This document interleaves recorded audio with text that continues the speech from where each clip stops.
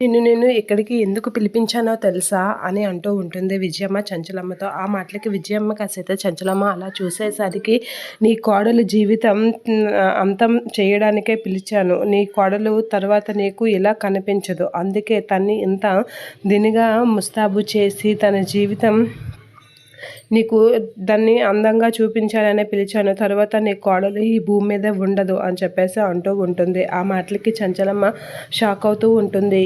ఏం మాట్లాడుతున్నావు అని చెప్పేసి చాలా సీరియస్గా చంచలమ్మ అయితే విజయంతో వార్నింగ్ ఇస్తూ ఉంటుంది. అది చూసి చంటి వీళ్ళందరూ అయితే షాక్ అవుతూ ఉంటారు. ఏంటి విజయమ్మ చంచలమ్మ ఒకసారిగా అంత సీరియస్ అయ్యింది అని అయితే షాక్ అవుతూ ఉంటారు. అలా షాక్ అయ్యేసరికి చంటి వీళ్ళందరూ అలా చూస్తూ ఉంటారు.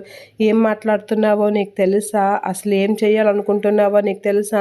నోరు అదుపులో పెట్టి మాట్లాడు అని చంచలమ్మ విజయమ్మతో అనేసరికి చంటి సింధూర్ అయితే షాక్ అవుతూ ఉంటారు. ఇక ఆదినారాయణ అయితే ఇంటికి వచ్చి అక్షంతలు వేస్తారు కదా అని పిలిపించాం. ఆ మాత్రం జ్ఞానం లేదా? ఇంటికి వచ్చి అక్షంతలు వెయ్యకుండా ఏంటి మాటలు?